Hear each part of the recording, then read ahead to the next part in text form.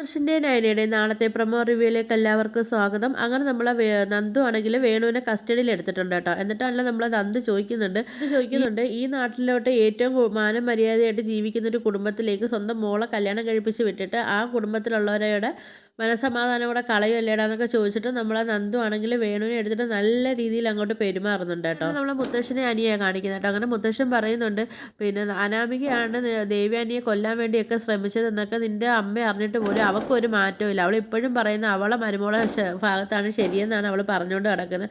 അതെന്താണെന്നൊന്നും എനിക്കറിയത്തില്ല എന്നൊക്കെ മുത്തശ്ശൻ പറയും കേട്ടോ. അനിയെ കഴിഞ്ഞ് കാണിക്കുന്നത് നമ്മളെ അനിയ കേട്ടോ. അനിയാണെങ്കിൽ നമ്മളെ നന്ദുവിനെ വിളിച്ചിട്ട് പറയുന്നുണ്ട്, എന്തായാലും മുത്തശ്ശനും മുത്തശ്ശിയും കൂടെ നിൻ്റെ അമ്മയും അച്ഛനെയും കാണാൻ വേണ്ടി പോയിട്ടുണ്ട്. എന്തായാലും നിൻ്റെ അച്ഛനും അമ്മയും അല്ലേ നമ്മളെ കാര്യത്തിൽ ഏറ്റവും കൂടുതൽ എതിർക്കുന്നത്.